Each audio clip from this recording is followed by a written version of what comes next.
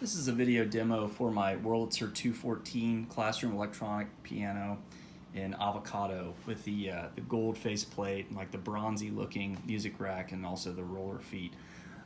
These models have 4 speakers, 2 in the front, 2 in the rear, and they are incredibly louder and better sounding than the stock 6x9s that would have been up here on the amp rail or attached to the lid on the A series. So this piano has been fully serviced. The keys were a little yellowed, so I went ahead and brightened the keys with UV solution, as well as buffed and cleaned and eased all the felt in the keys, and all the pins have been lubricated, as well as the action has been pulled, and all the felts have been shrank, and all the center pins have been lubricated. So it's super fast, it's at spec, it sounds amazing just like it did in 1972. A few things that have been changed is it did, underneath here, it did come with a tape out, a tape in, and a phono in, and those have been removed from the circuit. Now what I did do is add an auxiliary out using studio grade Belgian cable from the amp down to the tape out, so you can plug into an amplifier, which I will demonstrate here shortly. It even still has the teacher's desk, which is great for pedals or notes or whatever you may need, a jazz cigarette. And then 2 things that will be done here by tomorrow is the felt here on the name rail will be replaced. It just doesn't look up to my standards. I like them to look nice and new, and it's a little frayed and fuzzy. So that's going to get replaced, and then also reed bar shields, just to quiet down anything left. Those things do an incredible job of cutting out radio frequency and taking out any hiss and pops and cracks that might come with these amps. The amplifier itself hasn't been recapped, but it's working perfectly. If you were interested in having it recapped as far as electrolytics, I'd be happy to do that, and we can talk about that if this is something that you're interested into. So I'll just run through the keys real quick.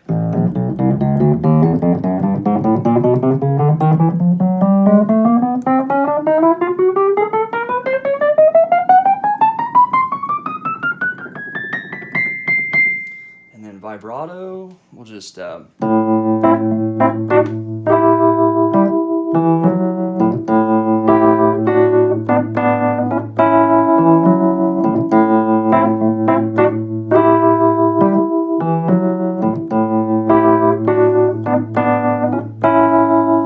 that classic sound. Of course, you just got vibrato intensity with the Wurlitzer wave.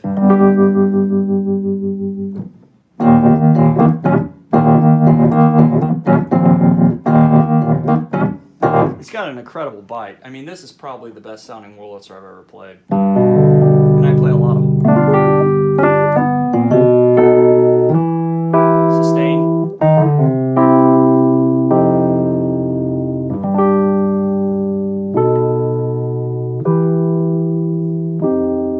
This one hasn't been beaten up too bad by the school kids. I didn't find any interesting goodies inside, and it was actually taken well care of. It was chopped at one time. Someone had it on some separate legs when I got it, but it did come with the console, so I put it back on the console, as this thing really shines through those speakers. But we'll go ahead and put it through the amp so you can hear the difference with the aux out. This amplifier is pretty wet with reverb, that way you can kind of distinguish it from the speakers.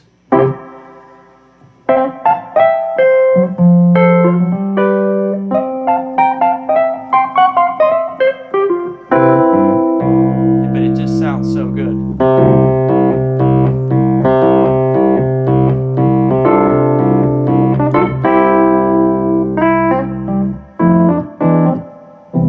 And it's really dynamic. When you hit it hard, it starts to bark, but you can pull it back. Lost motion has been adjusted, so it plays nice and soft, but then also gets really, you get that whirly bark when you lay into it. So all around, it's a really, really nice piano. Updated.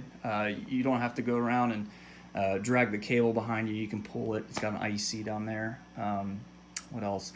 If you would like any other modifications, say like a speaker shut off. Now, it does shut off with the headphone jack, but if you, like for studio reasons, needed the speakers to shut off and just run a DI out for the aux out, I'd be happy to do that too. We can talk about those modifications, or any other thing you can think of. We can talk about it. So I'd be happy to do it, as well as updating the amplifier if possible, if you need it done. So, but again, I don't fix what's not broken, And sometimes, not always, but sometimes when you recap these things, sometimes they lose a little bit of, I don't know. I I'm probably not should be saying that, but I just like to keep things original if they're working, and because I think they were designed that way and they should stay that way. But now, if something faulty happens and a capacitor is out of value or leaky, yeah, of course I would change that out. So, but if you have any questions, let me know. This will not be able to be shipped by USPS or UPS or FedEx without almost a guarantee of them destroying it. So what we will end up having to do for shipping is Keyboard Carriage based out of Elizabethtown, Kentucky.